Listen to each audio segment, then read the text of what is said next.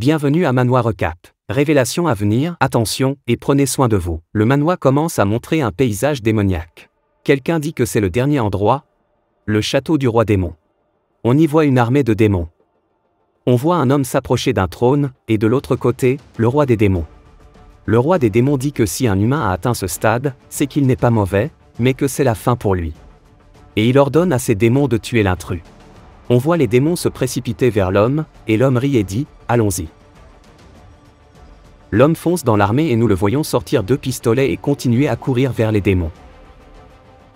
Il fait appel à l'une de ses capacités, tue quelques démons, puis recommence en les réduisant en miettes. Il survole l'armée et utilise une autre technique, tuant instantanément 3 autres démons. Il se rend compte qu'il y a plus de démons qu'il ne le pensait, et il se précipite en utilisant une autre compétence appelée « Bullet Dance », et on a l'impression qu'il danse tout en tuant les démons. Il s'arrête et nous voyons un monstre abattre son poing sur lui, mais il esquive et dit qu'il est trop lent. On revient au roi des démons, qui regarde les cadavres de son armée. Cela le met en colère et il se lève. L'homme dit qu'il est enfin sorti et nous voyons le roi des démons lever son arme en l'air, qui se met à briller, et de l'énergie commence à émaner autour de son arme, ce qui noircit le ciel. Le roi démon ouvre un œil au milieu de sa tête et lance une attaque sur l'homme. L'homme dit qu'il est plus rapide qu'il ne le pensait et l'esquive de justesse, et nous voyons l'attaque détruire le terrain derrière l'homme, mais elle crée ensuite une explosion massive, détruisant complètement la terre. L'homme se retourne et dit que s'il avait été touché, il serait mort, mais le roi des démons apparaît en face de lui, et il frappe l'homme, qui est projeté en arrière après avoir été bloqué. Une autre attaque est immédiatement lancée au visage de l'homme, mais il l'évite et tire à nouveau sur le roi des démons. Mais ces balles ne font que rebondir sur une barrière invisible. Le roi des démons se moque de lui et frappe l'homme, qui se rend compte qu'une barrière absorbe ses attaques, et se demande si le globe oculaire sur son front est le seul moyen de l'endommager, et qu'il doit faire tout ce qu'il peut pour percer la barrière. Il lance une nouvelle salve de tirs sur le roi des démons, mais ceux-ci sont bloqués sans effort.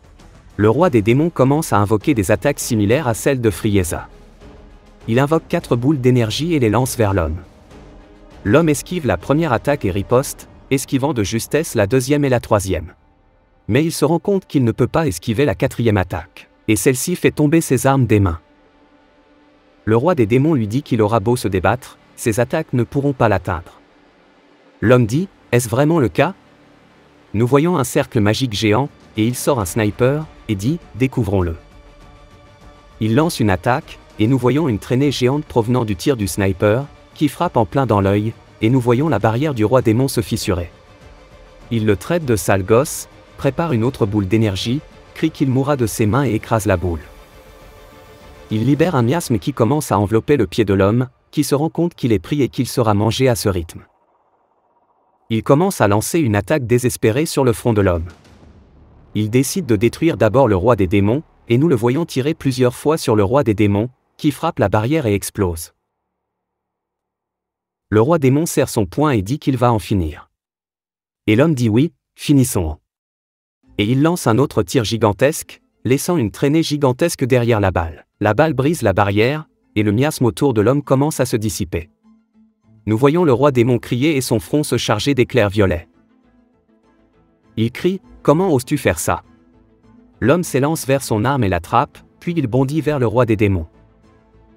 L'homme demande au roi des démons s'il sait ce qu'est son temps de jeu, et il pointe son arme sur l'œil.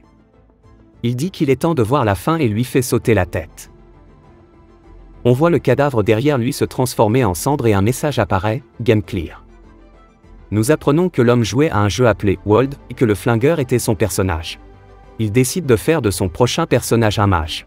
Il dit qu'un personnage normal serait ennuyeux, et décide de faire un mage spécial, en utilisant le système de karma, qui explique que vous recevez des pénalités en échange de traits positifs. Les pénalités lui permettent d'obtenir des points de statut supplémentaires. Nous le voyons choisir plusieurs caractéristiques négatives pour son nouveau personnage de jeu. Il commence à ajouter des statistiques liées à la magie, et dit qu'il peut faire le mage ultime. Il regarde son personnage, qui a l'air très malade, et se demande s'il n'a pas ajouté trop de pénalités, mais décide que cela n'a pas d'importance parce qu'il s'agit d'un personnage de jeu. Après tout, il voit une aura noire, et quand il se réveille, quelqu'un crie le nom, le knock, et nous voyons que l'homme s'est réveillé à l'intérieur du jeu. Son dernier souvenir est l'écran de chargement, et nous apprenons que l'aura noire lui a fait perdre conscience, et qu'il a eu l'impression d'être aspiré par elle. Nous voyons quelqu'un s'agripper à l'Enoch, et l'homme lève son poing, lui demandant quand il va se réveiller, et le frappe. L'homme le jette dans des caisses. L'Enoch se dit qu'aussi pathétique que cela puisse être, il est devenu le personnage faible qu'il a créé. L'homme lui crie de se remettre au travail et de se dépêcher d'aller dans la salle de montage. Les autres collègues se moquent de lui, disant qu'il est stupide, et ils demandent à Van s'il est d'accord. Le vieil homme leur crie de se dépêcher, et nous voyons tout le monde courir. L'homme demande à Van s'il a commandé le vipère, et il répond que oui, qu'il l'apportera quand il arrivera. L'Enoch se rend compte qu'il s'agit du personnage qu'il a créé dans le jeu. 3 jours plus tard, il s'est habitué à la routine quotidienne, il mange des choses horribles et tout le monde l'ignore, probablement parce qu'il le considère comme mort. Et il se rend compte qu'ils ont raison, parce qu'il ne pourra pas tenir longtemps dans cet endroit. Il laisse tomber sa boîte et le vieil homme lui crie dessus. Il lui dit de se lever, mais l'Enoch se met à tousser, et le vieil homme lui dit de le mettre dans un coin. L'Enoch dit qu'il n'est capable de garder la raison que grâce à la volonté qu'il a mise dans le personnage.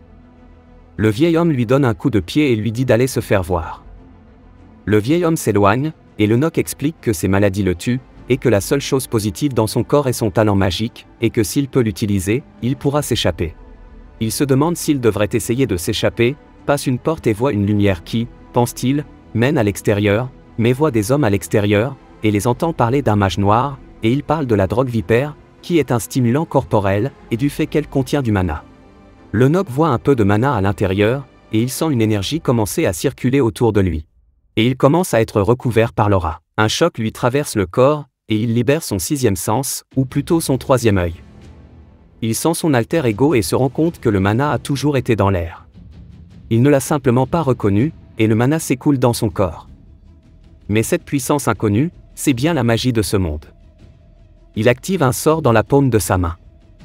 On le voit la nuit sous ses couvertures en train de pratiquer son contrôle du mana, et il se souvient qu'ils ont parlé d'une réunion dans 2 jours. Il se rend compte que la sécurité sera plus faible ce jour-là. Il utilise son sort de lumière sur son front et se donne de la fièvre pour donner l'impression aux autres qu'il est en train de mourir.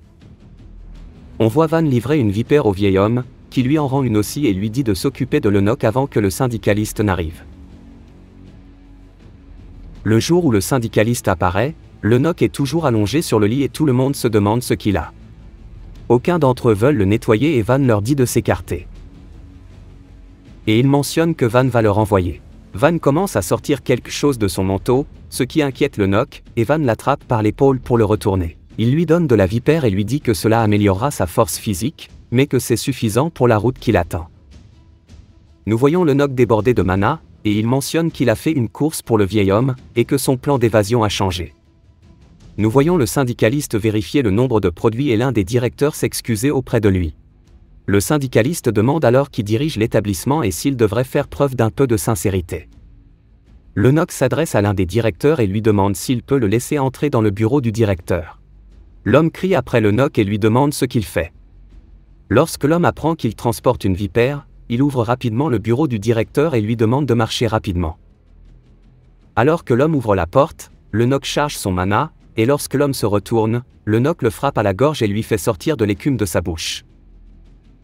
L'homme tombe sur le sol et l'Enoch ramasse ses clés de voiture, se demande où l'homme a mis la vipère et trouve un pistolet dans un tiroir.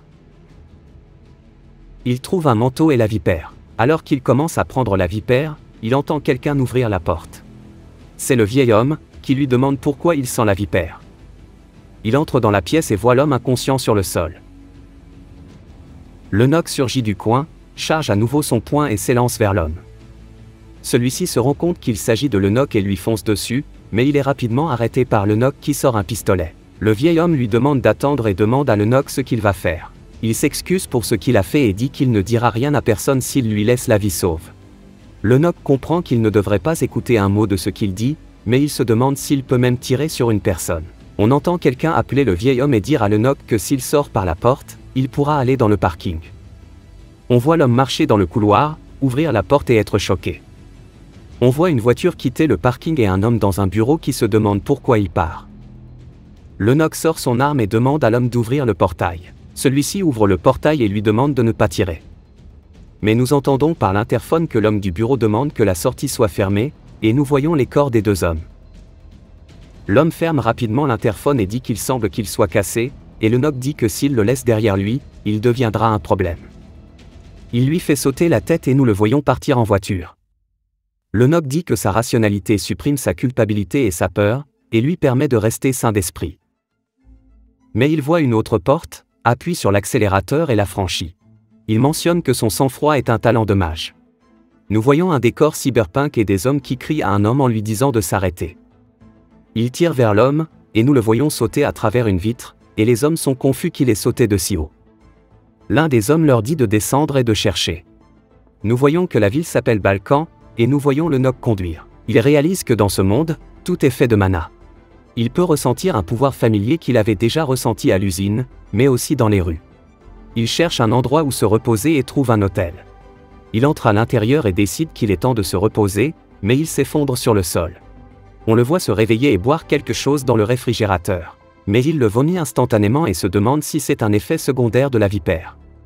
Mais il se rend compte que s'il veut fonctionner, il doit avoir recours à la drogue, et il cherche quelque chose à manger. Il trouve de la nourriture en conserve, mais il ne l'aime pas.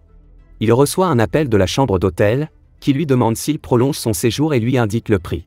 Il se rend compte qu'il a besoin de plus d'argent et décide de faire le ménage avant de partir. Il prend une douche et se coupe les cheveux, disant que les gens ne le reconnaîtront plus maintenant. Il se rend compte qu'il ne peut pas gagner d'argent légalement, puisqu'il est un visiteur sans identité. Il est donc préférable de battre les criminels et de voler leur argent. Pour les trouver, il canalise son mana dans ses oreilles et commence à trier les sons et à écouter les conversations environnantes, mais sans succès. Jusqu'à ce qu'il entende quelqu'un parler d'argent volé, et qu'il se dirige vers la direction du son. Mais il a mal à la tête à force d'utiliser son mana, et doit boire une autre vipère. Et maintenant qu'il déborde de mana, il est temps de gagner de l'argent. On y voit deux hommes battre un autre homme dans une ruelle parce qu'il a perdu leurs argent. Ils disent qu'ils peuvent vendre les parties de son corps pour récupérer l'argent. L'homme crie pour que quelqu'un le sauve, et commence à se cacher le visage des agresseurs. Mais il ouvre les yeux et voit les hommes en état de choc. Le Noc dit que c'était facile, et nous les voyons tomber sur le sol. L'homme demande à le Noc de le sauver, mais celui-ci l'ignore et vole l'argent des hommes. Mais il trouve un stylo bizarre, et l'homme lui dit qu'il s'agit d'une arme remodelée. Le Noc décide de se défendre et menace l'homme. L'homme dit qu'il ne dira rien à personne, et le Noc lui répond que n'importe qui peut dire cela. L'homme lui demande s'il a besoin de quelque chose, et le Noc lui demande ce qu'il peut faire sans sa carte d'identité, et qu'il vaut mieux que cela implique de la magie. Nous voyons le Noc à l'extérieur d'un bar, et il utilise la magie pour transformer son visage, disant qu'il ne peut faire confiance à personne d'autre qu'à lui-même. À l'intérieur de la frontière, il demande au barman s'il a du travail et si quelqu'un a besoin d'un mage. Une femme sort d'une porte et demande à l'homme ce qu'il fait, car les heures de travail sont terminées. Elle se présente comme Jenny, lui demande son nom et le Noc lui répond qu'il s'appelle Van. Elle lui dit que quelqu'un a dû lui parler de cet endroit, et lui demande s'il cherche un travail de mage. Elle lui demande s'il peut faire plus que de la magie ordinaire, et qu'il n'a pas besoin de montrer son système de magie. Mais il l'interrompt en faisant apparaître de l'électricité sur sa paume et en créant une boule de foudre. Elle pense que c'est rare et qu'il l'a fait sans incantation. Elle sort un contrat et lui dit qu'il s'agit d'un travail de chasseur de primes, lui montre la cible et lui explique ce qu'il a fait de mal. Elle lui montre la cible et lui explique ce qu'il a fait de mal. Il lui demande le montant de la récompense et elle lui dit 3 millions, ce qui n'est pas énorme. Il lui demande l'échantillon de sang qu'ils ont prélevé sur l'homme, et Jenny lui dit que c'est inutile, et que s'il pense utiliser un mage du sang, ce n'est pas la peine, parce que leurs honoraires sont plus élevés que la récompense. La scène se termine sur lui avec l'échantillon de sang, disant qu'il n'a besoin que d'un tour de magie commune pour cela. Et il utilise une magie de chasseur appelée Bloody Chase. Il crée un cercle sur l'échantillon de sang, et un serpent se forme à partir de l'échantillon. Il la suit dans une gare et la voit se diriger directement vers un homme qui se trouve à l'intérieur. Elle arrive juste derrière l'homme et se dissipe. Le Noc s'approche de lui dit qu'il l'a trouvé et prononce son nom. L'homme commence à s'enfuir, mais le Noc le rattrape avec une magie appelée onde sonore. Elle frappe l'homme dans le dos, et celui-ci tombe à la renverse en hurlant à cause de ses oreilles. Le Noc s'approche de l'homme, et nous voyons qu'une barrière autour de sa jambe se brise, et qu'il s'agit d'un sniper. Le Noc dit que c'était une bonne idée d'ériger une barrière, et il décide de la renforcer, au point de pouvoir résister à un missile anti-char. Mais il se demande où est le sniper. Il fouille les alentours avec son mana, mais il est introuvable. Cela signifie qu'il est soit plus loin que sa portée, soit qu'il a utilisé une forme de camouflage. Il se rend compte, d'après la trajectoire du tir, qu'il n'était pas la cible et que le tireur d'élite en a après Taylor. C'est probablement un autre charognard qui essaie de le faire taire, et il dit que ce qui lui arrive n'a pas d'importance, et il sort son arme. Il dit qu'il ne peut pas laisser le sniper le tuer, parce qu'il ne veut pas que l'image de Van le chasseur soit entachée. Il tire donc sur Taylor et décide que plus on saura que Van est cruel, moins il y aura de gens qui l'embêteront. Nous voyons que le sniper est troublé par cela, et Van le regarde après l'avoir trouvé. Parce que lorsqu'il a tué Taylor, la vague de mana de l'homme a été interrompue. Le sniper se demande s'il a trouvé son emplacement, et Van dit que puisqu'il est à sa portée, il a une magie pour cela, et c'est une magie qui représente la foudre. Le sniper voit le Nock avec la main levée, et se demande s'il a retiré sa magie. Il se demande ce qu'il fait, mais lève les yeux pour voir un orage au-dessus de sa tête. Le Nock lance sa magie et nous voyons un éclair se diriger vers l'homme et faire exploser l'endroit où il était assis. Le Nock se rend sur place pour constater les dégâts et se rend compte que l'utilisation consécutive de la magie est trop difficile à gérer pour lui. Et comme il n'y a aucune trace du sniper, il ne s'agissait certainement pas d'une personne ordinaire. Il pense que c'est suffisant pour que la réputation de Van en tant que mage de la foudre soit connue. On voit le Nock retourner au bar, déposer un sac de corps en disant que c'est celui de Taylor, et le barman lui dit d'utiliser la porte de derrière pour les affaires liées au travail. Le barman décrit les dégâts à Taylor et le Nock lui demande s'il est médecin légiste. Le barman dit qu'au vu des dégâts, il y aura une déduction de 10% sur les honoraires. Et que s'il veut recevoir son argent d'une manière spécifique, il y aura plus de déduction, et nous voyons Jenny entrer dans la pièce. Elle dit que c'était rapide et qu'il faut généralement du temps pour que les chasseurs de primes reviennent. Elle lui demande quel genre de talent il a pour le trouver si rapidement. Le Nock dit qu'il a eu de la chance.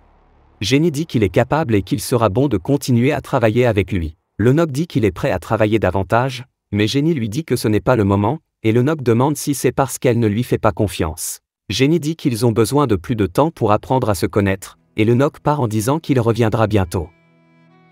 Le barman dit à Jenny qu'il a trouvé un enregistrement de la mission de le Nock, et nous voyons qu'elle le regarde et est surprise. Le lendemain, le Nock se rend à la bibliothèque de la ville, où il est allé pour en apprendre plus sur le système magique et pour augmenter son espérance de vie. Il se dit que la magie temporelle pourrait être sa solution. Il lit un livre sur les modèles de mana, et le Nock dit que les mages de niveau 8 et plus peuvent modifier leur modèle de mana. Il verse du mana dans sa main et voit le motif changer, et dit qu'il ne sait pas quel est le niveau 8, mais qu'il est certainement doué pour cela. Il termine sa lecture et dit que le concept de magie commune qu'il connaissait a disparu. Il dit que la magie est divisée en deux catégories, la magie unique et la magie commune.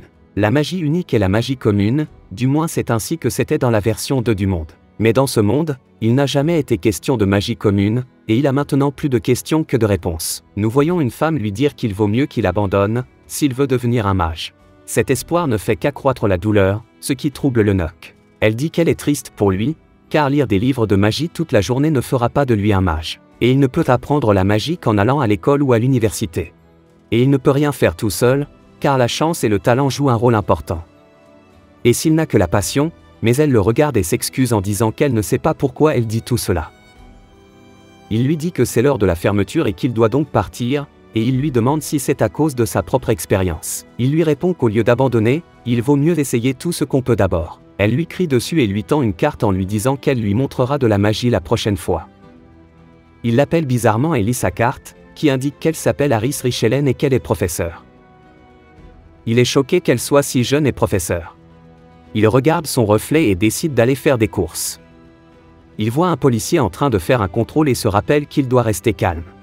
Une fille lui crie dessus et lui demande s'il a fait quelque chose de mal, parce qu'il a regardé le contrôle du mana, comme s'il était coupable. Elle demande à le Nock pourquoi il est ici et il lui répond qu'il est venu acheter des légumes. Elle se présente comme la propriétaire de l'étal, et le Nock lui demande si les légumes ne sont qu'un passe-temps. Elle lui dit qu'elle est riche, et il peut décider si elle ment ou non, mais qu'elle est jolie. Elle lui demande s'il va acheter quelque chose, puis lui recommande un oignon pour l'insomnie, à cause des poches qu'il a sous les yeux. Il commande d'autres légumes, et elle remarque que son mana est unique. Il devient un peu nerveux, et elle lui demande ce qu'un mage comme lui fait ici. Elle lui répond qu'elle se souvient de son modèle et lui demande s'il est arrivé en ville récemment.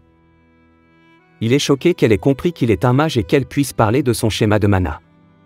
Elle lui remet sa commande et lui dit de revenir. Il dit que pour qu'elle puisse lire son schéma de mana, elle est soit très douée, soit un mage puissant. Et que parce qu'une étrangère l'a remarqué, il doit faire plus attention à sa magie. Ensuite, il a passé de nombreux jours dans sa chambre à améliorer l'efficacité de la magie qu'il connaissait déjà. Mais il n'a toujours pas trouvé d'indice concernant la magie inhérente. Son corps ne s'est pas amélioré, mais il a besoin d'une identité propre pour avoir assez d'argent pour acheter de meilleurs médicaments. Il retourne au bar et demande une identité à Jenny. Elle lui répond que c'est possible, mais qu'elles sont chères et que le prix l'effraie. Mais elle lui dit d'ignorer le prix, et qu'elle a un nouveau travail pour lui. Elle lui répond qu'il s'agit d'une demande professionnelle et qu'il gagne plus que les chasseurs de primes. Elle lui parle de la cible et lui explique qu'il s'agit d'une société de maquillage qui a effectué de nombreux tests humains sur les techniques anti-âge. Le demandeur est l'un de leurs concurrents, et ils ont deux conditions. Soit A, pirater après infiltration, soit B, détruire l'usine. Il dit que la première est impossible, mais qu'il fera la deuxième. Jenny dit qu'elle va lui présenter son partenaire pour cela, et nous voyons le budget Deadpool entrer dans la pièce. Il lui dit bonjour et le Noc est confus.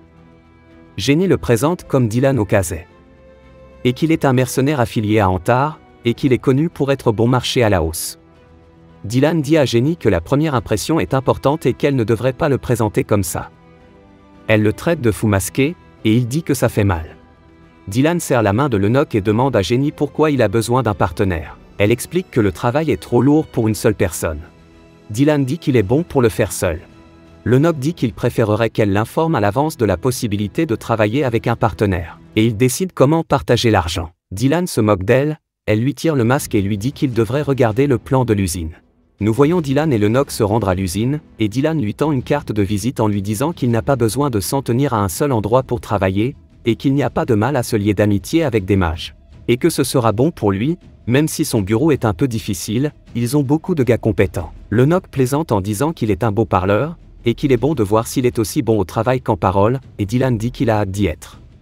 Nous les voyons à l'usine, et Lennox dit que la sécurité n'a pas l'air très stricte, et Dylan dit que qui voudrait s'en prendre à une si grande entreprise. Et il mentionne le fait que leur sécurité est au plus bas. Il décide de commencer, et Dylan lui offre un magnifique masque pour cacher son identité. Lennox le refuse et remonte son col roulé pour se couvrir le visage. Dylan lui répond que c'est suffisant.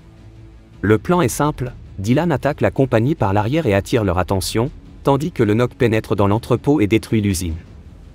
Dylan dit qu'il va commencer, et nous le voyons foncer sur l'un des gardes de sécurité.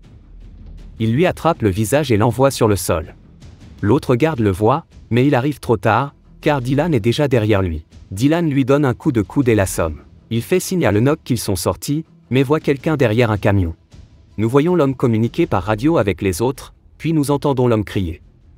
Lennox boit de la vipère et décide qu'il est temps de commencer. Il sort le stylo qu'il a volé au voyou de la ruelle et ouvre la serrure. Il ouvre la porte et voit un homme armé. L'homme lui dit de lever les mains, Lennox lance un sort de sommeil et l'homme s'endort. Comme les civils n'ont pas besoin d'être aspirés par l'explosion, il utilise un autre sort appelé marionnette sur l'homme, et le fait sortir de l'entrepôt comme une marionnette. Lennox descend et dit que tout se passera bien jusqu'à la fin, et nous apercevons une sorte de bête. On voit un homme tirer sur Dylan, qui lui jette un sac. On le voit s'éloigner de certains agents de sécurité qui se trouvent à l'étage. Il entre dans l'usine, et est troublé par le fait qu'il n'y a plus de garde. Il voit un laser rouge, et tout à coup, il y en a plusieurs pointés sur lui. Il dit « Oh », et nous voyons un groupe de gardes armés qui pointent leurs armes sur lui, et il dit que cela lui fait du bien. Parce qu'ils se sont tous rassemblés là, cela signifie qu'il fait bien son travail. Et maintenant, il n'a plus besoin de les traquer individuellement. Il saute dans les combles et élimine instantanément plusieurs gardes à la suite les uns des autres. Nous le voyons se préparer à sauter vers le groupe suivant, et il abîme le chevron d'où il a sauté. Nous le voyons sauter vers un garde, puis lui donner un coup de poing au visage et un coup de pied dans l'estomac. Il élimine immédiatement un autre garde. Il saisit l'homme à la gorge et demande qui est le prochain. On voit Lennox dans une cave, il tourne un robinet de gaz et il ne lui reste plus qu'à allumer une étincelle. Il lance un sort d'allumage, et nous voyons un anneau de feu se former. Il ne lui reste plus qu'à activer le sort une fois que Dylan et lui se seront échappés. Il dit qu'il devrait remercier la femme légume, car c'est grâce à elle qu'il s'est concentré sur la magie commune, et qu'il a appris que la magie commune pouvait être combinée. Il place un orbe au milieu de l'anneau, et nous apprenons qu'il s'agit d'un sort de minuterie. Il le règle sur 5 minutes, et c'est fini. Il ne lui reste plus qu'à s'échapper. Lennox entend un bruit bizarre, et on entend des bosses bizarres sur une porte. Dylan demande ce que c'est, et on voit la porte passer devant Dylan. Il regarde et voit un homme crocodile. Lennox court à l'étage et les voit tous les deux, se demandant ce qui se passe avec l'homme crocodile. Dylan dit que cela fait longtemps, et Croquement lui demande comment va son patron. Croquement dit qu'il a douté de lui lorsqu'il a voulu créer une entreprise, mais il semble qu'il s'en sorte bien. Dylan dit que son patron est un pionnier, et Croque-Mort en rit. Il dit que Dylan comprend la situation dans laquelle il se trouve, et Dylan demande combien il a été payé. Croque-Mort répond qu'il s'agit de 10 milliards et qu'il rendra sa mort indolore. Dylan dit que ce ne sera pas facile et lui demande de lui jeter son sac. Il sort une lance du sac et dit que ça va faire très mal. Dylan est projeté contre un mur et Croque-Mort lui dit qu'il est toujours aussi stupide, et Dylan sort une hache en disant que la lance ne fonctionne pas aujourd'hui. Il charge en disant que ce ne sera pas facile cette fois-ci, et il est projeté dans un mur encore, et encore, et encore. Le Nock regarde la scène, ne sachant que faire. Parce qu'il reste 2 minutes sur le chronomètre, et Dylan n'a même pas l'air de vouloir s'enfuir. Il dit qu'il fera ce qu'il peut et qu'il sortira ensuite. Croque-Mort dit que Dylan est décevant et qu'il ne ressent aucune soif de sang, et Dylan dit qu'il a l'impression que Croque-Mort devient plus fort. Dylan sort de là mais demande s'il peut le sentir maintenant. Nous voyons Dylan combler instantanément l'écart en laissant une marque sur le sol, et attaquer, mais Croque-Mort le bloque avec son bras. Nous voyons que cela crée des étincelles, ce qui surprend Croque-Mort.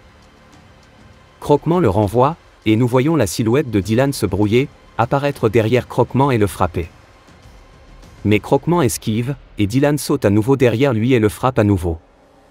Croque-Mort le bloque et nous voyons Dylan dire encore plus vite. Il accélère sa rafale d'attaques incessantes contre Croque-Mort, mais ce dernier donne un coup de poing à Dylan qui le frappe au moment où il le fait. Le Nock lui jette un sort. Le sort s'appelle Lightning Beam, et il maintient les pieds de Croque-Mort en place, et l'électrocute. Croque-Mort hurle, Dylan se retourne et est heureux de voir le Nock. Dylan dit que c'est sa première et dernière chance de le vaincre. Croque-Mort est en colère et donne des coups de poing au sol, mais Dylan est au-dessus de lui et commence à lui tomber dessus. Mais Croque-Mort lui assène un coup de queue qui fait reculer Dylan et l'attrape par la gorge. Il lui demande pourquoi il ne lui a pas parlé de son ami mage et lui répond qu'il est mignon qu'il ait essayé, et qu'il le renverra d'abord, pour qu'il puisse jouer avec le mage. Il retire son poing et dit au revoir, et frappe Dylan au visage, l'envoyant voler à travers le mur. On le voit rouler sur le sol en s'éloignant de l'usine, et Croque-Mort dit que c'est l'heure du mage. Le Nock est surpris d'être assez fort pour rester debout après son attaque, et il trouve Dylan sur le sol. Il lui demande s'il est vivant et Dylan l'appelle maman, croyant que c'était un mauvais rêve. Le Nock se demande comment le déplacer, et utilise le renforcement physique sur son corps. Il commence à porter Dylan, car l'usine va bientôt exploser. Nous voyons Croque-Mort à l'intérieur de l'usine, à la recherche de le Nock, et il se demande ce qu'est ce sentiment étrange qu'il ressent. Et on voit l'horloge atteindre les 5 minutes, et déclencher le sort, causant une énorme explosion.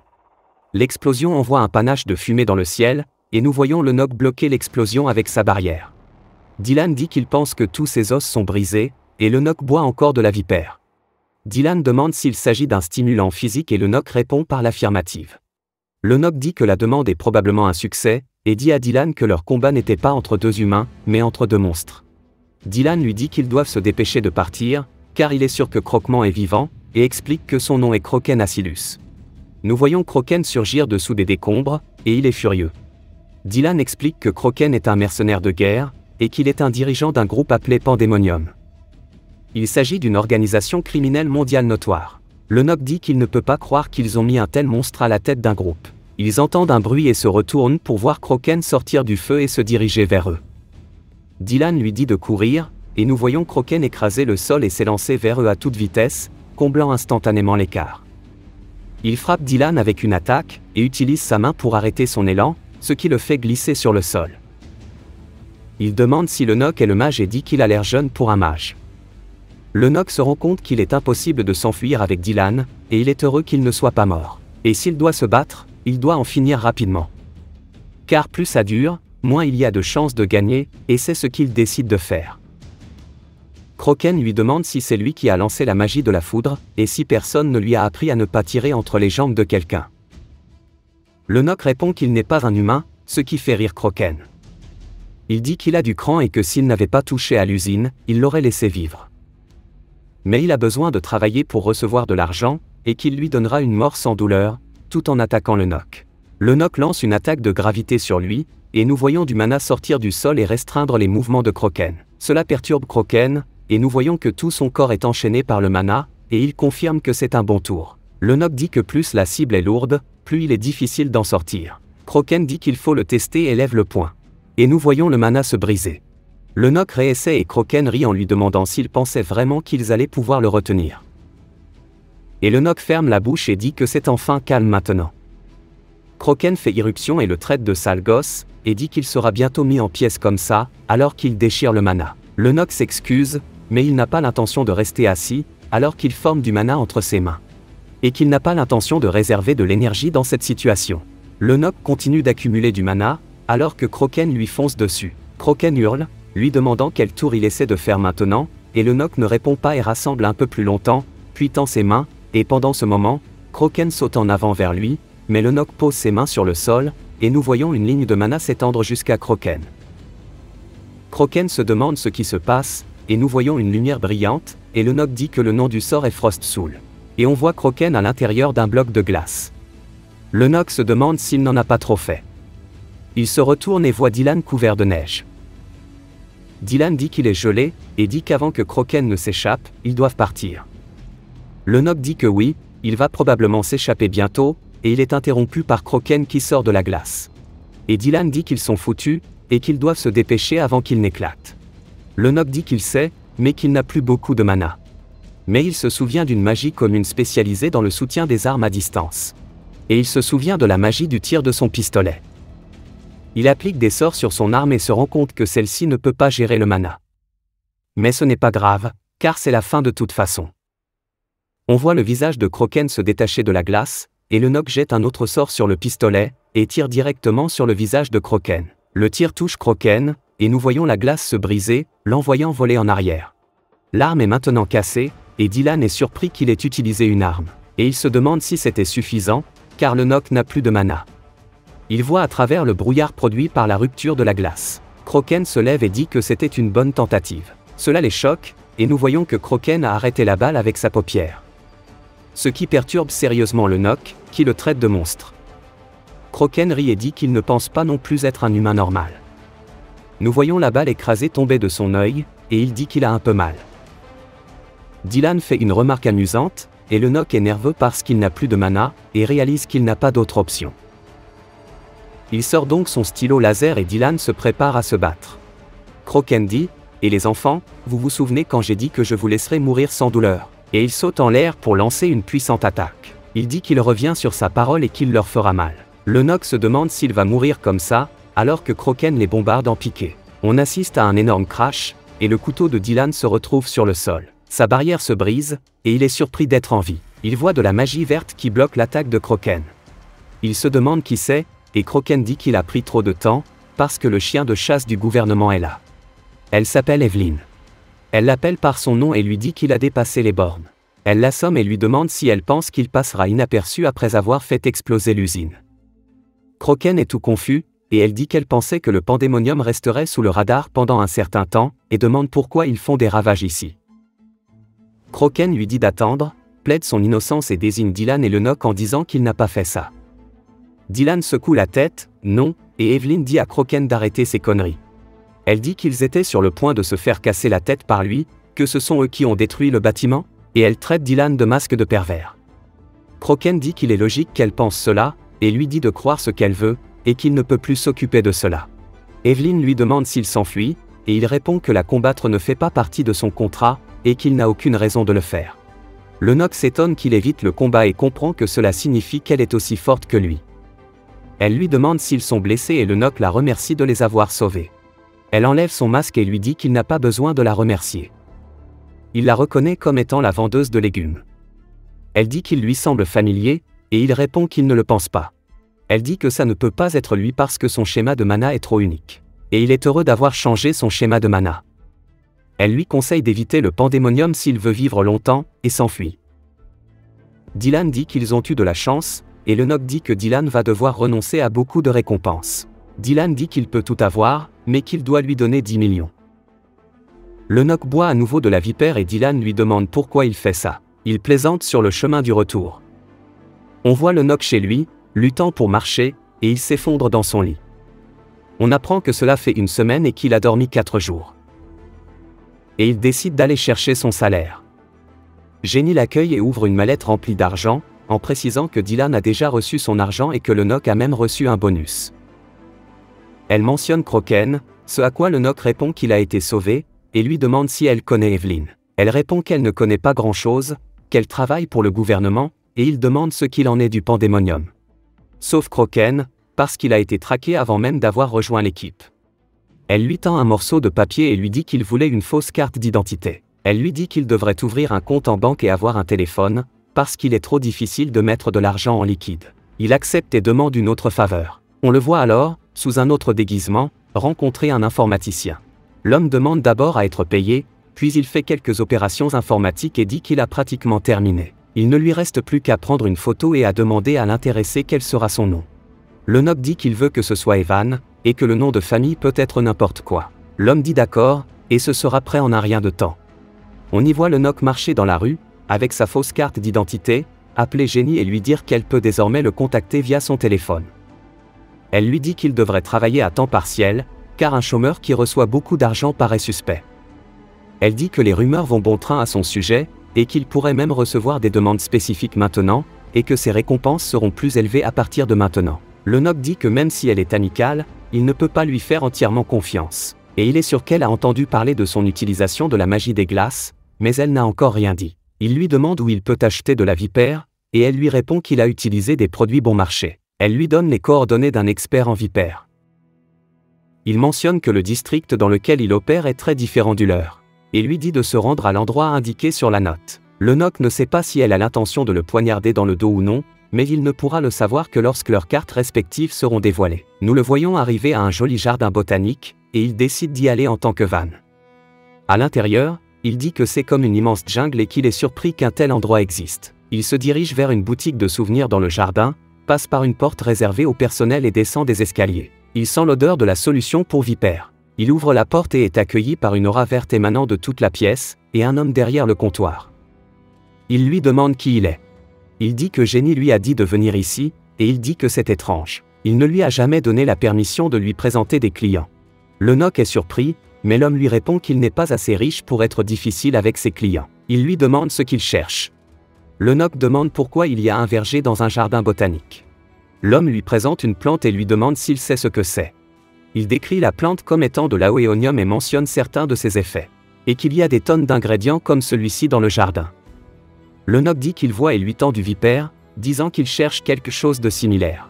L'homme dit qu'il faut voir, prend un peu de vipère et le recrache, disant que c'est super bon marché, et pourquoi il cherche un si mauvais produit.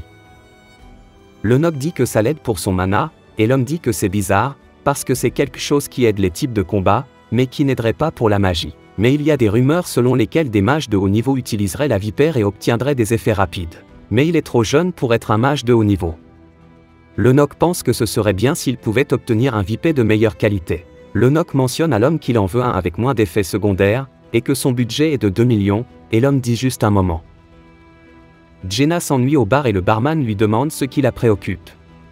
Elle se demande si Van pense que Dylan ne l'a pas remarqué, et le barman répond que probablement pas, parce que les mages pensent trop à tout. Elle évoque le fait que même Dylan peut faire la différence entre la glace et la foudre. Elle est curieuse de savoir pourquoi Van a caché qu'il n'était pas seulement un mage de foudre. Et ils discutent du type de travail à lui offrir. Il recule, et l'homme du verger lui propose un produit appelé Cached. Il lui explique que ce médicament a une longue durée de vie et qu'il n'a pas beaucoup d'effets secondaires. Et l'homme dit que c'est le médicament qui a le moins d'effets secondaires parmi tous ceux qui valent 2 millions. Le Noc fait remarquer que le filtre est différent, et Grand-Papa Drogue explique qu'il s'agit d'un nouveau modèle. Et le Noc s'en va. Grand-père lui dit de revenir, et on voit un homme regarder des lettres de démission se plaignant du manque de mages, et il est présenté comme Drake Ringard, un mercenaire. Une autre personne dit que c'est bon, et son nom est Weyand. Dre hurle en disant que la seule chose que les mages avaient à faire était de s'accrocher, et qu'il a fait tout ce qu'ils lui ont dit. Une fille nommée Kittel commente que ça a dû être dur pour les intellos fragiles. Et un homme nommé Ig dit qu'il ne faut pas s'attarder là-dessus. Dre dit qu'il a besoin d'un mage pour la mission et demande à Kittel si elle veut en trouver un. Dre reçoit un appel de Jenny, qui lui demande s'il a besoin d'un mage. Elle lui dit qu'elle peut lui en présenter un, et qu'elle peut lui garantir qu'il est meilleur que 2 mages, parce qu'il est le meilleur. Nous voyons le Noc dans sa chambre, en train de pratiquer sa technique de barrière, et il dit que normalement il devrait dessiner un cercle magique et procéder à une cérémonie, mais qu'il suffit de se concentrer. Il se concentre sur le dessin d'une forme autour de l'espace et installe la magie de sécurité sur la surface de la forme. Nous voyons qu'il verrouille la forme, et si quelqu'un envahit l'espace, il sera choqué par 14 éclairs. Il ajoute également un lien de gravité au sol. Et maintenant qu'il a une maison, il peut la préparer correctement. Maintenant qu'il a terminé le premier, il est temps de passer au second. Mais il reçoit un appel téléphonique de Jenny, et il lui dit qu'il va y aller. Et nous voyons que sa deuxième préparation est un pistolet. On le voit au bar de Jenny, qui lui explique en quoi consiste son travail. Il pensait que son prochain travail serait avec le groupe de Dylan. Il demande plus de détails et explique qu'une bande de charognards s'est emparée d'un immeuble, qu'ils utilisent l'énergie du bâtiment et que l'entreprise s'inquiète de l'effacement de ces informations. Elle a donc fait appel à un groupe de mercenaires, et il lui demande quel serait son rôle. Elle dit qu'il s'assoit à l'arrière et qu'il lance de la magie depuis les lignes de fond. Elle dit qu'il y a d'autres emplois, parce que son histoire est célèbre en ce moment. Elle ajoute que les mercenaires sont sensibles à l'argent, et qu'ils ne l'escroqueront donc pas. Et comment? Parfois, d'autres personnes découpent les gens pour obtenir leur part d'argent. Mais elle peut empêcher cela parce qu'elle est si compétente, parce qu'elle garantit une protection contre rémunération. Il accepte le travail, et elle lui dit quand et où il se trouve. Le groupe de Kringar attend son arrivée et Weyand demande à Dre ce qu'il pense du mage. Il répond que Jenny s'est portée garante de lui et qu'ils doivent lui faire confiance. Ils sont choqués de voir quelqu'un d'aussi jeune, et nous voyons le Noc manger un sandwich tout en marchant vers eux. Il demande si c'est le groupe Kringar, et il lui demande s'il est Van. Il dit qu'il a trouvé le bon endroit, et nous voyons Kittel demander ce qu'il fait avant une mission. Il lui demande si elle est aveugle, car il est clairement en train de manger. Dre dit qu'il espère qu'ils ne se feront pas de mal pendant l'opération et qu'il est temps de faire le dernier briefing. Il explique rapidement que leur objectif est de contrôler le serveur électrique du 3e étage. Il explique où se trouvent les entrées. Il divise les groupes et leur dit où ils vont aller, et le Noc complimente Dre sur le fait qu'il parle vite, mais de façon cohérente et calme, et qu'il est un leader né. Dre dit à le Noc qu'il doit se concentrer sur ses attaques et suivre le groupe 3 en renfort. Il dit à tout le monde de commencer et de se mettre en position. Tout le monde reste en position et saisit ses armes. Le Noc suit Weyand et commente le fait que les armes de courte et de longue portée existent ensemble, et que tout le monde sait que la magie est nécessaire, et c'est pourquoi tout le monde a désespérément besoin d'un mage. Nous les voyons se cacher à l'extérieur du bâtiment cible, et Dre dit à le Noc que les ennemis ont peut-être aussi engagé un mage, et qu'il doit le lui faire savoir immédiatement. Le Noc remarque une étrange ligne jaune faite de mana, et qu'ils doivent essayer de trouver leur nombre. Mais il va plutôt l'utiliser pour trouver où sont les adversaires. Il l'attrape et y verse du mana, qui remonte jusqu'au mage qu'il a lancé. Il mentionne que s'il détruit le cercle magique, le rebond ira vers le mage et le tuera instantanément. Il raconte à Dre ce qui s'est passé et lui dit que c'est le meilleur moment pour entrer. Dre les voit paniquer et décide qu'il a raison. Il ordonne à tout le monde d'entrer, et nous les voyons lancer des fumigènes et charger. Le Noc décide d'essayer les nouveaux effets de la vipère, et se souvient que Dre lui a dit d'appuyer fort au début, et nous le voyons lancer des éclairs en chaîne vers le bâtiment. Il élimine instantanément plusieurs ennemis. Cela choque le groupe de Kringar, qui continue à se précipiter. Nous voyons Dre éliminer instantanément 2 ennemis, et tout le monde semble jouer son rôle. 2 des hommes portant des boucliers protègent Dre, puis lancent leurs boucliers sur les ennemis, les faisant tomber. Le combat continue, et Dre remarque que l'un des gars semble habile, mais l'homme les dépasse et se dirige vers le Noc. Il dit qu'il va le tuer et se jette sur lui. Nous voyons que l'étui de le Noc est vide et que le canon de son arme fume. Nous constatons qu'il a tiré dans l'estomac de l'homme. L'homme s'écroule, et le Noc est satisfait que son arme ait résisté aux 3 magies qui lui ont été infligées. Dre lui demande s'il va bien, et il répond qu'il peut se protéger lui-même, alors il ne faut pas s'inquiéter pas pour lui. L'entrée est dégagée, ils décident donc d'y aller. Ils poursuivent leur plan et repoussent sur le côté du bâtiment, et tendent une embuscade au groupe qui les attend au-dessus. Cela permet à la 2e unité de prendre l'étage suivant, et ils se dirigent vers le haut. Dre dit qu'il est temps d'y aller, et il commence à exploser. Il arrête son tir et découpe quelques ennemis, et alors que le Noc le suit, il voit l'un des hommes saisir son arme. Il le choque. Dre appelle par radio pour dire que l'étage est libre, et Kittel dit qu'ils sont dans une impasse, qu'il a entendu une détonation et qu'il est inquiet. Mais elle dit que c'est dégagé. Elle s'excuse et dit que le dernier gars se cachait comme un rat. Ils mettent leur plan à exécution et débarrassent le plancher. Dre commente la puissance de le Noc et Kittel demande s'ils peuvent l'engager. Il répond qu'ils n'ont pas d'argent, et elle lui dit d'investir en lui plutôt que dans les novices.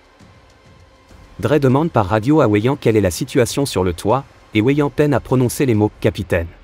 Weyand a du mal à prononcer les mots « capitaine », ce qui effraie tout le monde et il cesse de répondre à la radio. Il se précipite pour l'aider et nous voyons tout le monde à l'étage, gravement blessé. Dre demande à Weyand s'il va bien et ordonne à tout le monde de donner des potions de régénération aux blessés. Weyand s'excuse et Dre lui répond qu'il s'est bien débrouillé. Le Noc remarque que tout le monde est gravement blessé, mais qu'ils ont évité la mort. Cela signifie que l'attaquant a été correctement entraîné, et il se demande pourquoi il les a laissés dans cet état. Il dit aux autres que l'agresseur est toujours là, et Dre demande à le Noc de s'occuper de Weyand. Dre dit « Séparons-nous, cherchons des indices ».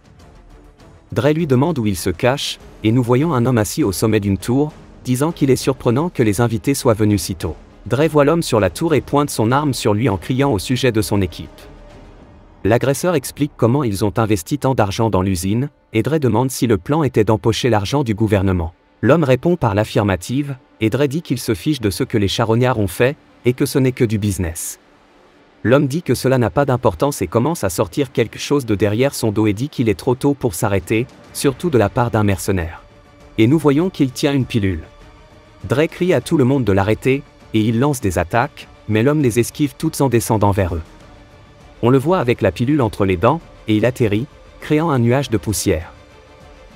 Tout le monde a dégainé son arme, et nous voyons l'homme émaner une aura menaçante. Il tient un couteau. Il tire sur l'homme, mais il se précipite vers eux et empale instantanément l'un des membres du groupe. Il leur demande s'ils veulent savoir pourquoi il n'a pas tué le premier groupe et leur jette l'homme à la figure. Nous voyons qu'il a arraché son cœur et qu'il explique que pour utiliser ce pouvoir, il a besoin d'un combustible vivant, ce que le Noc considère comme de la magie noire. Et il le regarde manger la chair de l'homme. Et c'est probablement un vampire ou quelque chose de similaire. Mais la magie a de graves effets secondaires. L'homme dit que ce n'est pas assez, il fait tourner son couteau et charge un autre membre nommé Delin. Il le bloque avec son bouclier, mais son bouclier est coupé en deux et il est gravement blessé. Il se place immédiatement derrière Delin et la tue instantanément, en lui mordant la gorge, et jette son cadavre par terre, en disant qu'elle n'a pas bon goût. Dre demande à tout le monde de se dépêcher et de se battre, et un groupe d'entre eux se jette sur l'homme. L'homme dit qu'il se demande quel goût ils auront, et se précipite sur chacun des membres, les tuant individuellement, tout en se dirigeant vers Dre. Dre bloque son attaque, mais il est projeté en arrière. Une balle traverse la tête de l'homme, et Kittel dit à tout le monde de continuer à tirer. L'homme dit que ce genre d'attaque ne le tuera pas et la charge. Le Noc appelle la foudre sur l'homme et le choque. Le Noc dit qu'il a contrôlé la zone et les dégâts, mais s'il peut sentir les signes avant l'attaque, il pourra l'esquiver. Et s'il y parvient, sa prochaine cible sera lui. Et nous voyons sa barrière brisée par l'homme. Mais le Noc esquive son attaque, et les autres tirent sur l'homme pour couvrir le Noc. Mais le Noc sort son arme et la charge de mana et de sort. Il le pointe vers l'homme et déclenche une attaque à tirs multiples qui transperce l'homme. L'homme tombe à genoux et le Noc lui dit qu'il doit finir le travail. Et bien que son corps soit fragile, il ne doit pas avoir peur du combat rapproché. Il saisit l'homme à la gorge et le frappe. Plusieurs fois pendant que l'homme hurle. Il saisit la main de le Noc et lui dit qu'il ne le tuera pas avec ça, et le Noc dit « Oh vraiment ?» Si vous avez regardé jusqu'à la fin, commentez « Darker » pour me le faire savoir. Abonnez-vous pour plus de contenu, laissez un like ou un commentaire pour aider la chaîne, merci de regarder.